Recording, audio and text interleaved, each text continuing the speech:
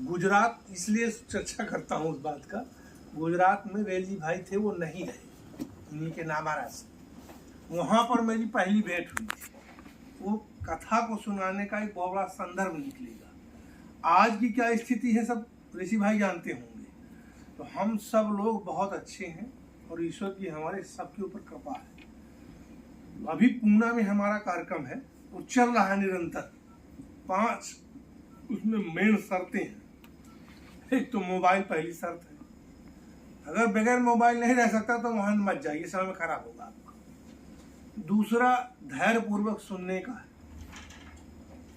तीसरा और आखिरी 2 को छोड़ दीजिए आप, व्यक्ति अगर स्नान नहीं कर सकता और स्वयं अपना सारा काम नहीं कर सकता तो पूना में जो भी कार्यक्रम चल रहा है उसमें जाने का कोई मतलब नहीं। और मैं बहुत ज़्यादा सम्मान हृदय से आभारी हूँ आदरणीय अपने रुद्रा जी का।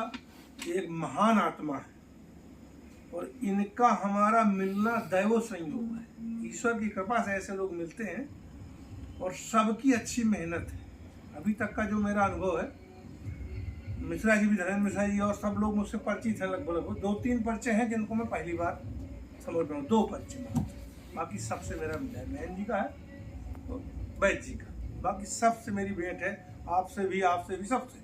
तीसरा भाई साहब का। बाकी मुख्य विषय यह है कि जितनी बातें भी यहाँ हुई, जहाँ तक मैंने समझा, अगर आपको किसी को लगता है कि यह कार्य कैसे पूरा होगा तो 2 दिन का आप समय दीजिए पूना में, ज़्यादा दिन नहीं लगेगा। आप 2 दिन के लिए वहाँ आ जाइए और ये मान के आइए कि अब हम दुनिया से भी जा सकते हैं, ऐसा भाव लेके। मोबाइल लेके आइए, मना नहीं है, लेकिन यूज नहीं करना, यूज होगा उसका। 2 दिन का समय निकालिए। वहाँ 30 और 1 रखा गया है। 2 तारीख उसमें लास्ट है, 3 भी है।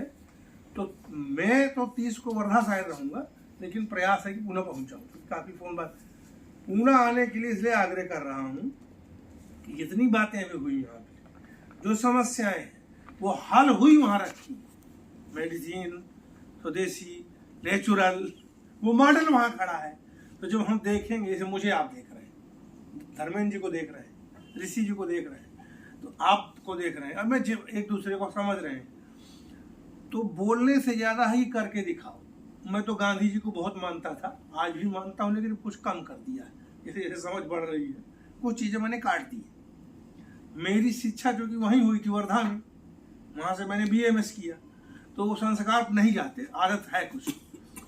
तो मेरे बोलने का यही संदर्भ है, भाव भी, इसीलिए मैं यहाँ आया हूँ सबको निमंत्रण देने के लिए।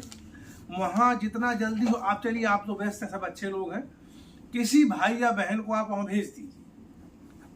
वहाँ पूरी व्यवस्था हम करिए हैं।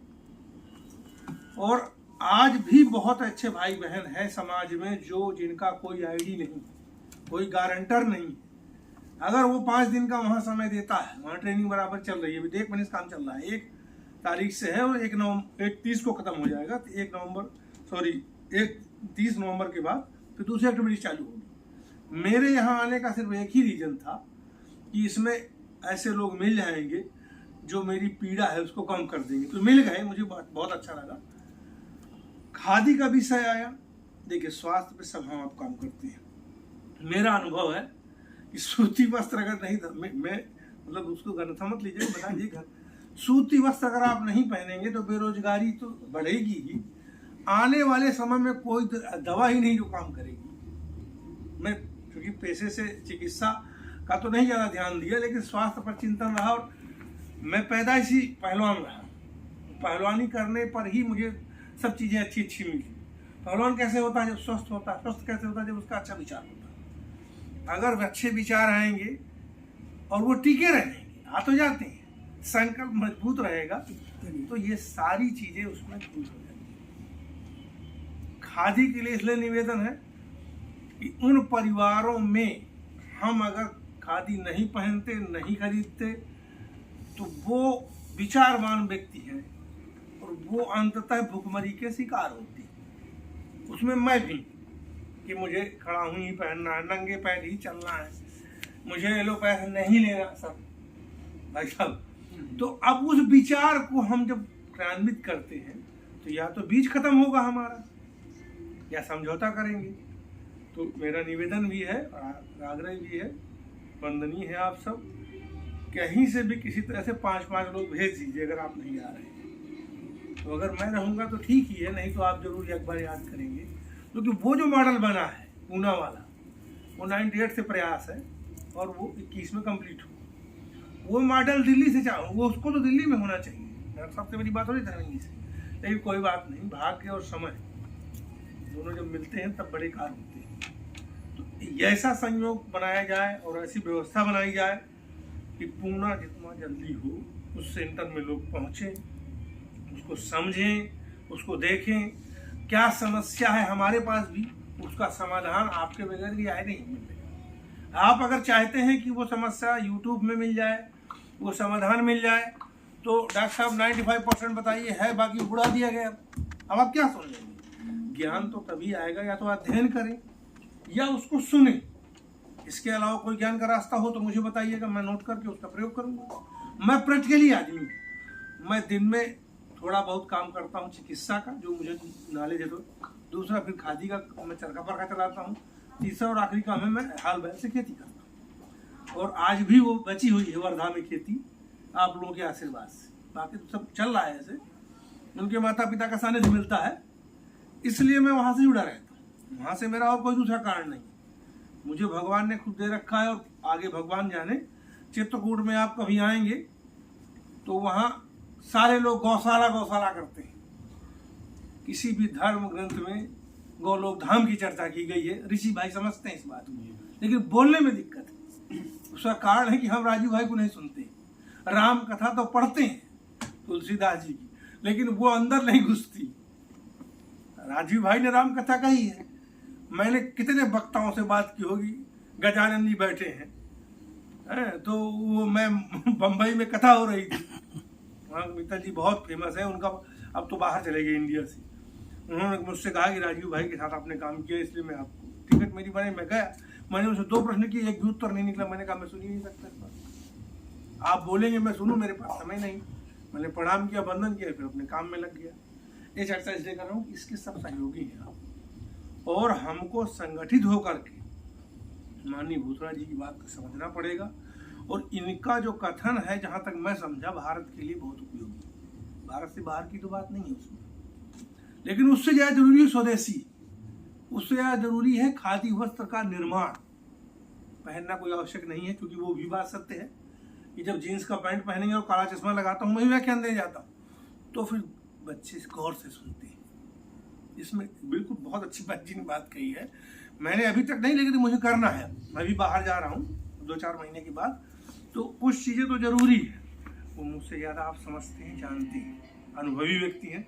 मैं तो सबसे कमज़ोर आदमी मानता हूँ अपने कुछ विषय में, मुझे अनुभव नहीं जाता, मैं तो काम करता हूँ, मैं तो बैल हूँ शुद्ध। मुझे आप बता दीजिए, मुझे समझ में आ जाए, समझ में आ जाए कि नहीं ये ठीक बात है और ठीक काम है, तो फिर हम करते हैं। हम खादी का हमारा मेन काम है, कपड़े का। इससे जिसको रोजगार करना है, राखी बहन से भी मेरी चर्चा हुई थी, बात हुई थी इस समय, मतलब मैंने उनसे आज भी ये बात रखी। आज सबसे बड़ी रोजगार की उपलब्धता है तो वस्त्र है। अगर वस्त्रों पर हम थोड़ा सा फोकस कर पाए, उसका बेनिफिट दे पाए, गोपी भाई भी समझते हैं इन चीज़ों को, तो हम रोजगार देंगे। और रोजगार जब देंगे, जैसे हमारे पास अभी वहाँ कैंडिडेट हैं, बच्चे हैं, 4000 लोग हैं वहाँ पे, लेकिन 2000 लोगों को हमने भोजन पर ही रखा है। अब भोजन पे कौन रहता है? भोजन पे कौन रहेगा? लेकिन नहीं, वो डटे हैं, जा नहीं रहे। यहाँ आने का, चूंकि भूतरा जी हमारे बहुत सम्मानित व्यक्ति हैं, और मैं इनकी बात नहीं काट सकता किसी भी कीमत पर, जब तक मेरा बस चलेगा, आना है, करना है। तो यही आग्रह है कि भाई अर्थ की समस्या सबसे बड़ी है, क्योंकि सिस्टम इतना खतरनाक है, बोलने लायक नहीं, और बिना सिस्टम में घुसे हुए हम इस कार्य को वैध नहीं कर सकते। व्यवस्था परिवर्तन कैसे होगा? उसका यही मूल मंत्र है। भाई डॉक्टर है, अगर डिग्री नहीं तो आफत हो गई। निरंजन वर्मा जी हम लोग एक साथ किए, हम लोगों ने साथ में ही, निरंजन वर्मा भाई की जमीन वगैरह आपने ही दिलाई। मैंने कहा भाई साहब यहाँ ही ऐसा किया जाए तो कर लेंगे। आज नहीं फोन आया, नहीं रोज उनका मेरे पास फोन आता है, कार्यक्रम उसकी चर्चा इसलिए कर रहा हूँ कि उससे भी पास में है आपके, उसको भी एक बार समझ लीजिए, देख लीजिए। बहुत अच्छा उन्होंने मॉडल तैयार किया है। गाय की बात करते हैं, उनसे अच्छा गाय में कोई नहीं अभी तक किया मेरे अनुभव पर। हो सकता है किसी ने किया हो।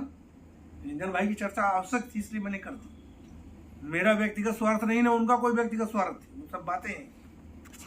तो बस यही निवेदन है और यही मेरा परिचय है। मेरी बात किसी को बुरी लगी हो तो मुझे अलग से बताएंगे और मुझे समझाने का प्रयास करेंगे। मैं भी अज्ञानी हूँ, अपूर्ण हूँ। पूर्ण तो तभी हूँगा जब मैं चला जाऊँगा इस दुनिया से। तो प्रयास है मेरा, और सफलता तो अपने हाथ है नहीं भाई। सबसे बड़ी प्रसन्नता है ऋषि भाई के दर्शन हुए। मुझे ऋषि भाई को 2 बार मिल चुका, लेकिन मैं भी इतना व्यस्त था कि इनसे नहीं बात हो पाती थी। लेकिन इनकी चर्चा मैंने सुनी। चर्चा कैसे सुनी है? सामने बैठे व्यक्ति काम करता है, मेरा नाम उदय भाई, जरूर उसकी ईश्वर प्रसन्नता है। उसका प्रमाण मैं भी हूँ, ऋषि भाई भी। इस चर्चा के विषय, मेरा भी चर्चा का विषय था कि खादी के लिए कर उदय भाई से बात कर। और उसमें शोषण भी होता है, सोशल वर्गों का शोषण होता है, तभी उसका काम अच्छा होता है। उसमें निराशा न लाए। मेरा व्यक्तिगत इतना शोषण हुआ, आज भी कुछ कार्यकर्ताओं के माध्यम से चलता रहता है। मैं कभी नहीं इस पर गौर करता, ईश्वर कहीं न कहीं व्यवस्था कर देता है। लेकिन आगे का काम जो भी करना है आदरणीय भूतवा जी के माध्यम से करना है, उनका आशीर्वाद लेना है, क्योंकि ये हमें कृष्ण के रूप में मिले। उनका विश्वास ठीक रहे, उनकी व्यवस्थाएं अच्छी रहे। हम कोई भी कार्यकर्ता जो यहाँ बैठे हैं, कहीं से कोई कमजोर नहीं है ना कहीं से कोई दिक्कत है। सबसे कमजोर मैं। तो मेरा मार्गदर्शन करिए। मुझे जहाँ समय देना है उसके लिए 2 महीने पहले बताइए, मैं समय दे दूँ। 2 महीने कम से कम चाहिए मुझे समय। इन्वेस्टमेंट की बात है तो मैं उस स्थिति में भी नहीं हूँ। 1 साल के बाद मैं इन्वेस्टमेंट भी कर दूंगा और आगे बढ़ेगा। बस यही मेरा परिचय है। सब बहुत धैर्यपूर्वक प्रणाम बंदन। ठीक है उदय भाई ने